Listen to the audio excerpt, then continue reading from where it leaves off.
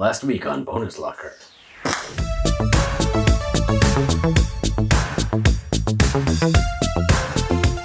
Hi, welcome back to Video Connection. I'm Dan, this is Aaron, and tonight we're talking about Operation Fortune, Ruse de Guerre. It is directed by Guy Ritchie and stars Jason Statham, Aubrey Plaza, and Hugh Grant. It's rated R and currently in theaters. Special Agent Orson Fortune and his team of operatives recruit one of Hollywood's biggest movie stars to help them on an undercover mission when the sales of a deadly new weapons technology threatens to disrupt the world order. So, Aaron, what did you think of Operation Fortune? Wow. Uh-oh. It sure was a movie. Oh, no. No, I know. That sounds really harsh. Strap yourself in, kids. I might have some mildly negative things to say. It was fun to watch, but I thought it had a lot of problems that needed to be addressed. So I don't mind that I went to a theater and saw it. It was a movie that had plenty of action and a decent amount of humor and some thought put into the plot. So, it was good, but I think they could have done one more revision draft to try to punch the entire thing up. I'm very interested to hear these criticisms. And we will get into it. But for the moment, I'll turn it around and say, Dan, what was your gut reaction? I think that I probably enjoyed it a little bit more than you did, just from the sound of it. Although the one thing I'll say right off the bat is that I don't love the title itself. I feel like it's a little bit clunky. It's kind of a mouthful. And I know that Fortune is the lead agent's last name, but Operation Fortune doesn't exactly roll off the tongue. And that's besides the fact that Ruse de Guerre is something that most Americans don't really know how to pronounce, much less know what it means. So I feel like putting that all together, it's not really a very sticky title in terms of getting in your potential audience's head and having them know what movie they want to go see. Even after we had booked our tickets, I was kind of referring to it as the Guy Ritchie spy thing. Absolutely. So I think maybe a different title could have been beneficial, but it is what it is. That's nothing to do with the movie. We'll just move past that. No, we'll stick with it for a second because I want to talk about it too. Oh, to be perfectly honest, I was trying really hard to come into this with something extremely clever to say about how bad I thought the title was, and I think I might have had it at one point, but it's gone now. Validating everything you said, because that title is just clunky is such a great word, and no kidding, I couldn't remember what it was most of this week, knowing I was going to come see it this weekend. So it was just that operation movie? It's one of those operations. Right. And then once you understand what the movie is, you think to yourself, why don't you just call it Fortune and leave it at that? And then you can make up subtitles if you ever do sequels later or something. But yeah, Sure. And even my pitiful rudimentary knowledge of French was just enough to go, I bet I know what that means, but why did you pick that as a subtitle? And yeah, you are genuinely shooting yourself in the foot when you're trying to market a movie where people aren't going to remember the title because it was confusing. So that's all I need to say. But now that we've complained about the title, maybe we should talk about some things we did like. I'll just kick it off by saying that I think Aubrey Plaza stole the show, and she may have secretly been the star of the movie, which it was a very ensemble cast kind of a movie, so there isn't necessarily one person that would take that crown, but she did a great job. And I actually want to commend her because she didn't go full Aubrey, because I think that's something that people almost hire her for is, we want you to be, quiet and angry and, cast despair at everyone you look at. And she didn't really play it that way. Right. Like she had sarcasm and she had spunk, but she was definitely somebody that didn't fit the stereotype of who you expect her to be. And I thought that was great. So I actually had sort of a different way of looking at that also, at her character. I was sort of compiling a list of what are some things that a cool spy movie needs. So what does a cool spy movie need? Actors who can deliver cool lines. You're an actor. Act. Bonus points if they do it in a cool British accent. Ruse de Guerre. Very good. Carry on. Actors who can look cool shooting guns and or throwing punches. It needs exceptional tailoring. It needs expensive cars. Explosions. Visually stunning locations, preferably in more than one country. Scenes involving yachts, helicopters, or speedboats, preferably all three. And it needs a good soundtrack. So, this movie checks all those boxes. It has everything on the list. One thing that's not on that list is a character like Aubrey Plaza, which is not usually in this type of movie, and the fact that she was, I thought, was a refreshing breath of fresh air. I viewed her character almost like a bright pop of color in a otherwise very serious painting. Not that this movie is a very serious movie, but just that this kind of movie usually does not feature a character like her, and I thought the inclusion of her character was a nice addition. Mm-hmm. And I think that feeds right into what I was saying as far as casting her, where you almost wouldn't have expected someone to hire her to play that part. And I like that they did. On the topic of the cast, obviously Jason Statham is doing the kinds of things we expect him to do here. He is the one from my previous list who looks good shooting guns, throwing punches, and saying cool lines with a cool British accent. I think that a few times Jason Statham has taken on some less than stellar scripts, and I found it nice to see him working with somebody who knows how to write cool stuff for him to do and say again.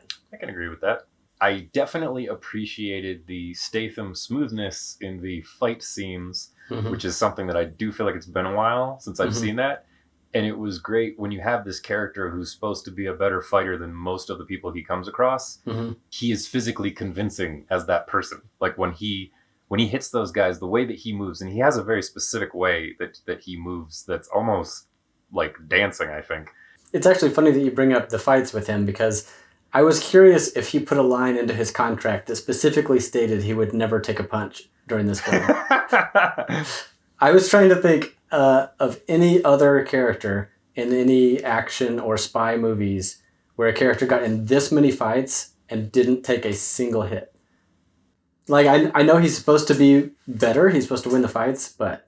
I feel like Arnold Schwarzenegger and Sylvester Stallone typically take a lot more punches. Right, like usually you gotta get, like a little bit bloodied, get knocked around a little bit, and then you overcome it.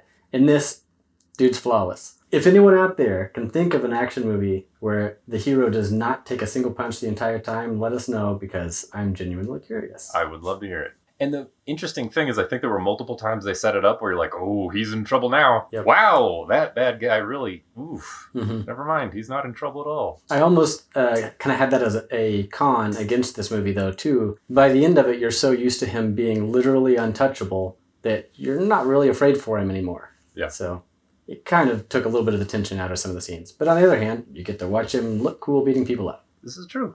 I did think of the transporter once or twice, probably because of the fight scenes, but thinking of the transporter, it's like, yeah, he got hurt a lot more than this guy. Right. On the note of Statham's character, Mr. Fortune, I didn't think that they wrote him with as much personality as they could have. And it's excusable, like banking on, well, you like Jason Statham as an action star, right? He can kind of just be the guy you're used to, and that's okay. And it was like, yeah, it is. It wasn't like he was terrible. But I felt like there was a little bit of something missing where I wanted him to have just like a little extra dimension to him that I think some of the other characters did actually have. And he was just sort of being cool Jason Statham, which, in fairness, it's kind of the same thing with like, if you got The Rock, well, he can just kind of be The Rock and that's okay. I think that was the thing that I was missing, where it was like, there's some nuance you could have put into that would have given him... dare I say, like a James Bond quality, because what I think I didn't quite get out of this movie that I would have liked is the strong desire to see Agent Fortune on his next mission. It was like, this was fun. I would probably show up to see what you do next, but you didn't convince me that, like, I need to follow this guy who the movie is named after. Right. Well, and that's part of the thing with the ensemble cast, too, is that he's sharing the spotlight enough that it's like, well, why was the film named after him?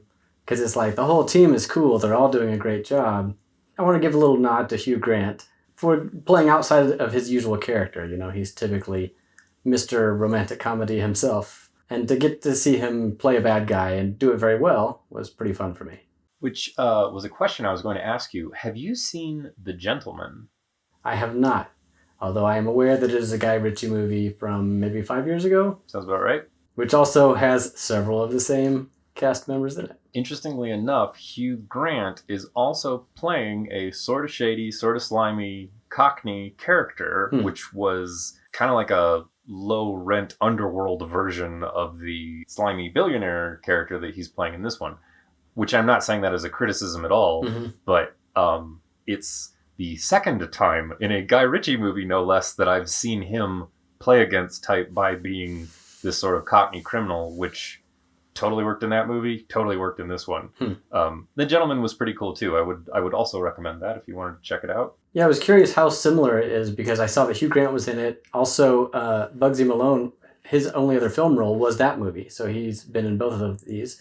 And then Eddie Marsan, I think, was in both. A bit of overlap. And Matthew McConaughey's in it, so that's always a big draw. I think that one was a bit closer to typical Snatch-esque underworld crime type of a movie as opposed to this sort of more secret agent movie we're talking about. So it was just interesting that Hugh Grant got to have fun once again playing a very non-Hugh Grant kind of a role. Right. And he works. I buy it. I think he was great. I also wanted to give a shout out to Bugsy Malone, who was sort of the surprise MVP for me. For those who aren't familiar, he is a rapper who has, as we said, starred in The Gentleman, another Guy Ritchie film, and this one. And those are his only two film roles, which surprises me because I thought he was excellent. He played his role very understated, and I would say that I think a lot of music artists who go into acting fall for the trap of sort of feeling like they need to really sell it, and therefore they kind of overact, and then it's cheesy, and then no one hires them for films anymore, and they go back to making music videos. And I think what he has done here is to play it, very speaking softly, sort of fading into the background, and in doing so, sort of counterintuitively, like, really shines. So I thought that was a great way for him to play that character, and I think he has a lot of potential. That's a very good observation. I didn't necessarily think about it that hard, but it was actually great to have him be a character who, amidst the group, is the reserved guy. He's not clamoring for attention. He doesn't need everyone to listen to him. Right. He just speaks when he needs to. Right. By not being flashy, he sort of manages to sort of shine in that role too. As a side note, I think we could make an entire separate video about why it is that rappers seem to be better at transitioning to film than other musical artists who tried the same thing. It's a weird phenomenon. It's sort of consistent, but that's a different topic. We'll just steer back onto this Operation Fortune discussion. I was also going to throw in there that I thought Cary Elwes was really cool as this sort of MI5 boss-esque character. It was fun seeing him bring this sort of British aristocrat maturity to this part, and how he was not just Mr. Stuck-Up all the time. Like he had his own jokes. He messed with other people. I particularly enjoyed this sort of casual, banter between Fortune and him, where you sort of get the sense of their past history, that they've worked together many times. They're very comfortable with each other. It's very different than Bond and M sort of relationship. I guess we could talk about a few criticisms at this point. I think the biggest takeaway for me when I was done is the feeling that I kind of wished this movie was more like Snatch, but with secret agents. I wish that he had leaned a little harder into some of the Guy Ritchie-ness. Like I could have used a little more of the creative editing and the funny split screens and things like that, which he does a bit. In fairness, I know that he's made several movies where he's sort of moved away from that kind of filmmaking, so I'm sure that, he maybe doesn't want to be doing movies like that anymore, and that's okay. A big element of Snatch that I wanted was more consistent, witty lines, not necessarily jokes, but just this one felt like it was kind of up and down a lot in terms of that actually made me chuckle, and then that one kind of fell flat, and then now we're not really being funny. And not that it had to be a straight up comedy, but it felt like it would have benefited from more comedy.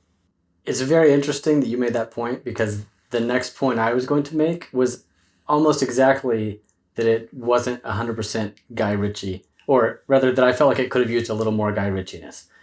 And like you said, we don't want him to make the same movie over and over again. Obviously, we don't want him to feel pigeonholed into doing a certain thing.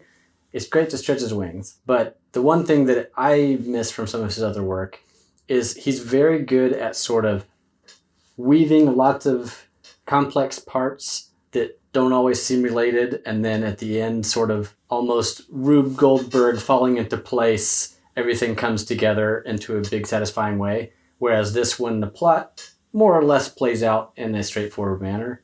So, I missed a little bit of that. But then, like we've said, he shouldn't have to make the same movie all the time. So, if this is the kind of movie he wanted to make, so be it. Yeah. Without giving anything away, another criticism I had was that for a lot of the movie, I kind of wanted the stakes to be higher. I do actually feel like it's better not to talk a lot about the plot, but you've got this team of sort of secret agent types doing secret agent type stuff. And for a lot of the movie, there was this sense of, if you guys get caught, the consequences don't seem that bad. And I kept thinking of Ocean's 11 because I kept thinking of that as a movie where, it wasn't really about violence. It was this heist. We're trying to sneak around. We don't want to get caught. If we get caught, we'll probably get beat up. Some of us might go to jail, but probably nobody's getting murdered. Despite that fact, the stakes felt really high because it was so personal to Danny, and you've got this group that's all working together, and it's just, there's so much tension that the stakes, feel even higher than they really are. And in this movie, I kind of felt like it went the opposite way, where I kept thinking like, you guys are all so talented. You probably have like a backup plan for getting out of this. And the people you're messing with don't seem like the kind of people that would really even hurt you. And I couldn't not think about that. Like a good movie, the stakes raise as they move along. So there did come a point where I stopped feeling that way. And so I have to say, all right, I that's not a universal criticism. Sure. But there was definitely a feeling at the beginning where it was just sort of like, shouldn't this stuff be a bigger deal than it is? Like I say, I'll give them the credit of that was just sort of, well, that was that part of the movie, and then there's other parts of the movie. So another thing that I wanted to mention that I thought was a little odd is that Hugh Grant's character, who is an arms dealer, he's an unsavory type, basically kind of gets a pass, at least in terms of how he's portrayed. And I'm not saying the movie should, be overly preachy and hit you over the head with, like, dealing weapons is bad. But they set him up right off the bat, as a pretty shady guy that's done some very despicable things. And yet, because Hugh Grant is so charming and likable, and through the interactions of our hero characters with him, there's never really any judgment passed on him for what he chooses to do. I just thought that was a little odd to basically give him a pass and not have anything to say about whether or not this is something they should also have been trying to shut down. I had a similar feeling, and I guess I ended up just sort of putting it down to like, well, they're all secret agents. They're doing secret agent stuff for high levels of government, and that might not be the kind of thing that's really their job. Yeah, it's not their job. But at the same time, the movie apparently has nothing to say about arms dealing other than you can build a bunch of wealth and power and also enough money to make you very happy. So go be arms dealers, kids. Those tech billionaires, they're disgusting. Yeah. Computers. So my other major criticism, and I guess this kind of feeds into the lack of Ritchie-ness, I thought there were too many tonal shifts. I felt like there were parts of the movie that were very serious. Probably a smaller percentage of it was very serious, but there were parts where the violence wasn't terribly graphic in this movie. I didn't think at all. But there were, parts where people were getting killed, and I was kind of thinking how, like, you're sort of ruining the humor. There's such a lightheartedness to so much of this movie where it's almost just fun that they're doing this crazy stuff and they might get caught. But then there's one part where an innocent person gets killed and then it's used for a joke. And it was sort of like, that wasn't terribly funny because that innocent person just got killed. And I couldn't help thinking, if you handle it carefully, like in the movie Snatch, there's a part where a character gets shot in the head and it's hilarious because of the way they handled it and because of the context. And just because I don't want to spoil Snatch in case you haven't watched it, which, by the way, watch Snatch, you can craft a scene with a context, with the right characters, where being killed can make you laugh. And I think that and I'm not even trying to suggest that this movie did it wrong. I'm simply saying that in this movie, when people were getting killed, it was usually in contexts that were like, danger, bad. And the people it was happening to weren't always people that even deserved it. And because of that, it sometimes I felt like kind of jerked you really hard out of the comedy. I think you probably remember the one in particular I'm talking about, that, you know, it was just sort of like, that joke was funny, but I can't laugh because the victim was so undeserving. So, I laughed. I'm sorry. Yeah. I'm not even going to say it wasn't funny. I'm simply going to say that was the problem for me, was there was this sort of push-pull thing happening. I didn't necessarily view it the same way, but I will say that's probably a valid criticism. It may have only needed a gentle nudge in a direction here and there to sort of compensate for that, but it's something that was on my mind. I do think to a certain extent, though, if you're going into a movie about spies with guns, you know, you got to be at least a little more open to violence not being as big of a deal as it is in more of a drama. I don't know. Yeah.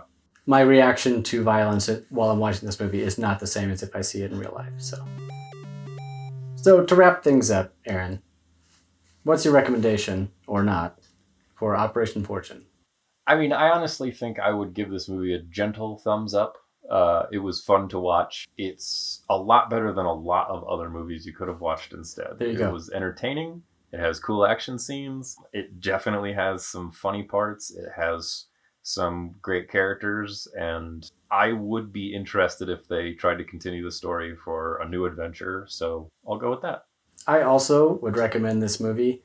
I feel like it fits a nice sort of middle point between, you know, the heavier spy, James Bond type stuff, and then the lighter, you know, Central Intelligence, The Rock and Kevin Hart, you know, is more lighthearted. This is a nice middle ground where, you know, it's taking things just seriously enough, but also it's lighthearted enough that it's a bit more of a spy light. And I feel like there's room for that kind of movie every now and then. Yeah. So go see it while it's still in theaters, because theaters need butts in seats. And we like movie theaters. We want them to stay open. Yes. I'll take the opportunity to say that one of my favorite things about doing this show is that it's actually sending me to the theater more often. And it makes me really happy in this time period we live in to be walking down those corridors and into those theaters. So here's to as much more of that as we can possibly manage. Yep. Well, that's all the time we have. As always, thank you so much for watching Video Connection, and we'll see you next time. See ya.